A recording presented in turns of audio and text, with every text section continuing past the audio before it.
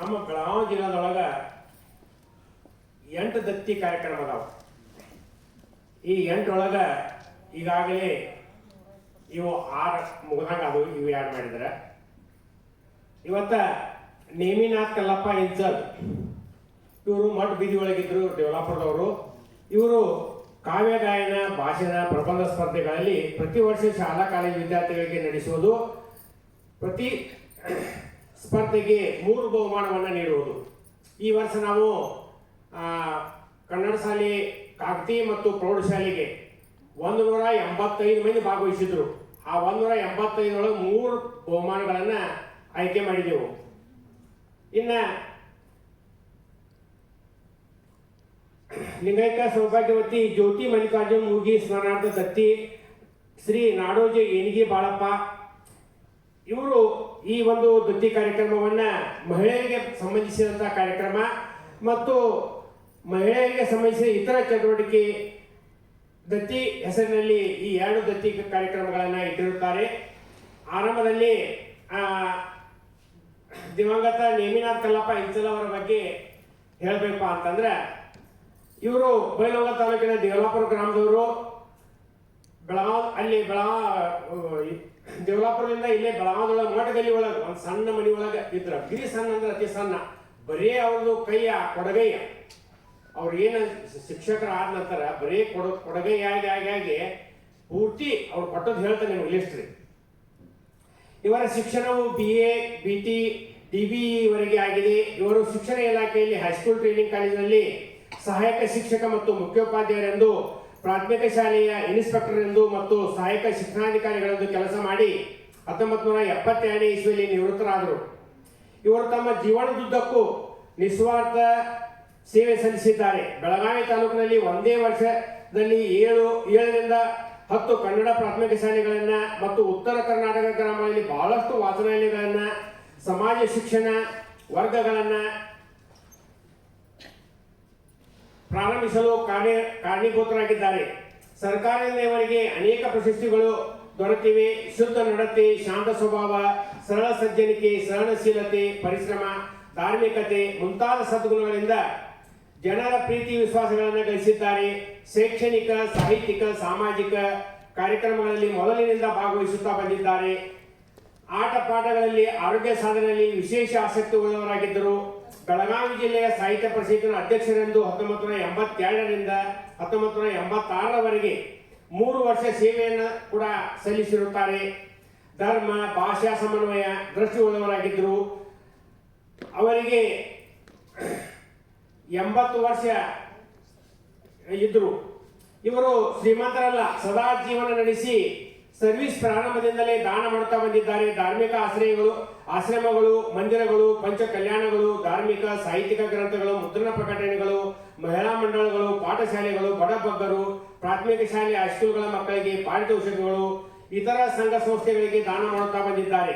1984-85ನೇ ಇಸ್ವಿಗಳಲ್ಲಿ ಮಠ ಬೀದಿಯಲ್ಲಿ ಕಟ್ಟಿಸಿದ ಪದ್ಮ ಮಂಗಲ ಕಾರ್ಯಾಲಯ ಈಗ ನೋಡ್ಲಿಕ್ಕೆ ಸಿಗ್ತದ. 3 ಅಂತಸ್ತಿಂದ ಪದ್ಮ ಮಠಗಲ್ಲಿ ಒಳಗ ಅದರ ಪೂರ್ಣ ವೆಚ್ಚವನ್ನ ಇವರು ಹಿಡಿದ್ದಾರೆ.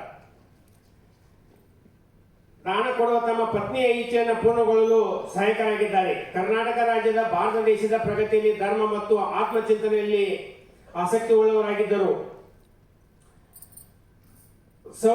ಸುಮಿತ್ರಾ ಅವರು ತವ್ರ ಮನೆ ಒಳಗ ಸುಮಿತ್ರಾ ಅಂತ ಹೆಸರಿಟ್ಟಿದ್ರು. ಇವರು ಮದುವೆ ಆದ ನಂತರ ಅವರಿಗೆ ಪದ್ಮಾವತಿ ಅಂತ ಹೆಸರಿಟ್ಟುಕೊಂಡ್ರು. ಬೆಳಗಾವಿ ಮಹಾನಗರ ಕಾರ್ಯಕರ್ತರು, ಮಹಾನಗರ ಸಭೆಯ ಸದಸ್ಯರು, ಬೆಳಗಾವಿ ಜಿಲ್ಲಾ ಸಹಕಾರಿ ಬ್ಯಾಂಕಿನ ನಿರ್ದೇಶಕರು, ರೈತರ ಮುಖಂಡರು ಆಗಿದ್ದ ದಿವಂಗತ ಧರ್ಮಪ್ಪ ಯಲ್ಲಪ್ಪ ಚೌಗಲೆ ಇವರ ದ್ವಿತೀಯ ಪುತ್ರಿ ಸುಮಿತ್ರಾ ಇವರು ನೇಮಿನಾಥ್ ಇಂಚಲರ ಧರ್ಮಪತ್ನಿ. ಇವರ ಪ್ರಾಥಮಿಕ ಶಿಕ್ಷಣವನ್ನು ಪಡೆದಿದ್ದರೂ ಕಾರ್ಯ ಮಾಡಿದ್ದು ಮಾತ್ರ ಬಹಳ ಸಾಮಾಜಿಕ ಕ್ಷೇತ್ರದಲ್ಲಿ. ಶಿಶು ವಿವಾಹ, ಮಹಿಳಾ ಮಂಡಳಗಳ ಸ್ಥಾಪನೆ ಮತ್ತು ಕಾರ್ಯ ಸಂಘಟನೆ ಮಾಡಿದ್ದಾರೆ. ಹೆಣ್ಣು ಮಕ್ಕಳ 2ನೇ ನಂಬರ್ ಪ್ರಾಥಮಿಕ ಶಾಲೆಯ ಶಾಲಾ ಸುಧಾರಣಾ ಸಮಿತಿ ಉಪಾಧ್ಯಕ್ಷರ ಆಗಿದ್ದರು. ಮಕ್ಕಳ ಆದ್ಯತೆ ಸಾಧ್ಯತೆಗಳ ಜವಾಬ್ದಾರಿ ವಹಿಸಿ ಕಾರ್ಯ ಮಾಡುತ್ತಾ ನಡೆದಿದ್ದರು. ಧಾರ್ಮಿಕ ಕಾರ್ಯಗಳು ಇವರ ಮುಖ್ಯವಾಗಿ ಧಾರ್ಮಿಕ ಅವ್ರದ್ದು ಧರ್ಮ ಜೈನ್ ಧರ್ಮ ಆದರೂ ಸಹಿತ ಜೈನ್ ಧರ್ಮಕ್ಕೆ ಅಷ್ಟ ಧನ ಸಹಾಯವನ್ನ ಮಾಡಿಲ್ಲ. ಎಲ್ಲಾ ಧರ್ಮದವರಿಗೂ ಸಹಿತ ಅವರು ಧನ ಸಹಾಯವನ್ನ ಮಾಡಿದರು.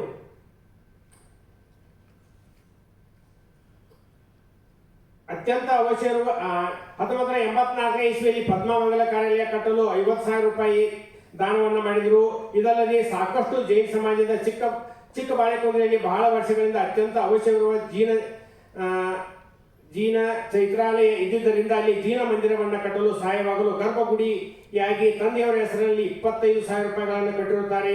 ಚಿಕ್ಕ ಪುಟ್ಟ ದಾನಗಳು ಸಾಕಷ್ಟಿವೆ. ಧಾರ್ಮಿಕ ಪುಸ್ತಕಗಳನ್ನು ಪ್ರಕಟ ಮಾಡಿದ್ದಾರೆ. ಧಾರ್ಮಿಕ ಸಾಮಾಜಿಕ ಕಾರ್ಯಗಳಲ್ಲಿ ಯಾವಾಗಲೂ ಮುಂದಿರುತ್ತಾರೆ. ಪ್ರಸ್ತುತ ಗ್ರಂಥವನ್ನು ಅವರೇ ಮುದ್ರಿಸಿ ಪ್ರಕಟಿಸುತ್ತಾರೆ.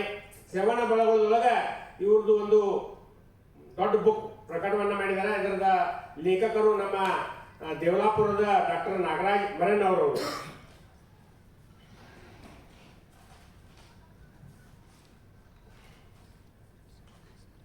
ಇನ್ನ ದಿವಂಗತ ಜ್ಯೋತಿ ಮುಗಿ ಅವರು ನಾಡಿನ ಪ್ರಸಿದ್ಧ ರಂಗ ಕಲಾವಿದರಾದ ನಾಡೋಜ ಎಣಿಗೆ ಬಾಳಪ್ಪನವರ ಮೊಮ್ಮಗಳು.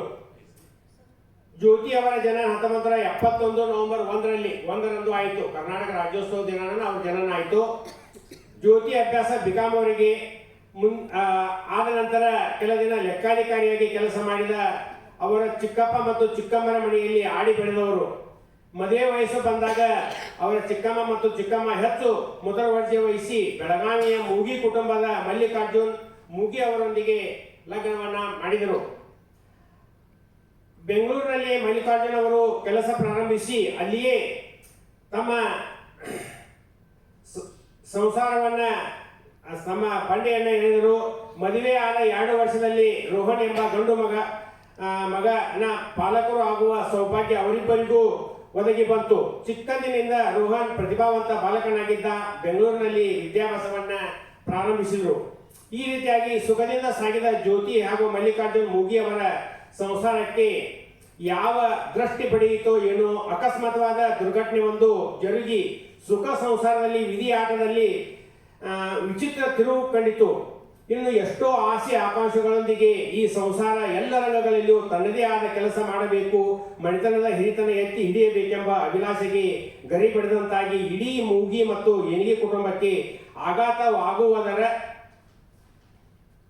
ಜೊತೆಗೆ ಕುಟುಂಬ ಹಾಗೂ ಸಮಾಜಕ್ಕೆ ಒಂದು ರೀತಿಯ ಹಿನ್ನಡೆ ಆದ ಘಟನೆ ಜರುಗಿತು. ಶ್ರಾವಣ ಮಾಸದ ಕೊನೆಯ ಮಹಾಲಕ್ಷ್ಮಿ ಪೂಜೆ ಮುಗಿಸಿ ಬೆಳಗಾವಿಯಿಂದ ಬೆಂಗಳೂರಿಗೆ ಹೊರಟ ಶ್ರೀಮತಿ ಜ್ಯೋತಿ ಅವರು ಸಿರಾ ಊರು ತಲುಪುವಷ್ಟರಲ್ಲಿ ಬಸ್ ದುರ್ಘಟನೆಗೆ ಒಳಗಾಗಿ ಜ್ಯೋತಿ ಮೂಗಿ ಅವರು ಗಂಭೀರವಾಗಿ ಗಾಯಗೊಂಡರು. ಅಂತ ಸನ್ನಿವೇಶದಲ್ಲಿಯೂ ಕೂಡ ಬಸ್ಸಿನಲ್ಲಿ ಸಿಲುಕಿಕೊಂಡ ಹಲವು ಸಹ ಪ್ರಯಾಣಿಕರನ್ನ ಬಸ್ಸಿನಿಂದ ಹೊರಗೆ ಕಳಿಸುವಲ್ಲಿ ಸರ್ವ ರೀತಿಯ ಪ್ರಯತ್ನ ಮಾಡಿ ತಮ್ಮ ಜೀವದ ಹಂಗು ತೊರೆದು ಇತರರ ಜೀವ ಬದುಕಿಸಲು ಪಟ್ಟ ಶ್ರಮ ನಿಜಕ್ಕೂ ಈಗಲೂ ಸಹ ಆ ದೃಶ್ಯದ ಕುರಿತು ನೆನಪಿಸಿಕೊಂಡರೆ ನಿಜಕ್ಕೂ ಆಘಾತದ ಜೊತೆಗೆ ಒಂದು ರೀತಿಯ ಸಾರ್ಥಕತೆಯ ಕೈ ಚಾಚಿದ ಸಾಹಸ ಅನುಕರಣೀಯವಾಗಿದೆ. ಗಂಭೀರ ಗಾಯಗೊಂಡ ಜ್ಯೋತಿ ಅವರು ಬೆಂಗಳೂರಿನ ಮಣಿಪಾಲ್ ಆಸ್ಪತ್ರೆ ಸೇರಿ ಸಾವು ನೋವುಗಳ ಮಧ್ಯೆ ಹೋರಾಟ ನಡೆಸಿ ಕೊನೆಗೆ ಜೇನುಗೂಡಿನಂತಹ ಕೂಡು ಕುಟುಂಬದಿಂದ ರಾಣಿ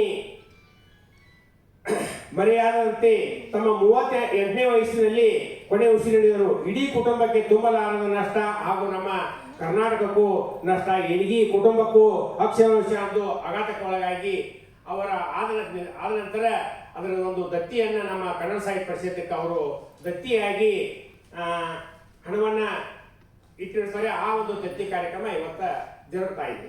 ಇಲ್ಲಿ ನನಗೆ ಒಂದು ಅವಕಾಶ ಪರಿಚಯ ಕೊಡಲು ಅವಕಾಶ ಮಾಡಿಕೊಟ್ಟಂತ ಎಲ್ಲರಿಗೂ ಧನ್ಯವಾದಗಳು ಅರ್ಪಿಸಿ ನನ್ನ ಒಂದೇ ಮುಗಿಸುತ್ತೇನೆ.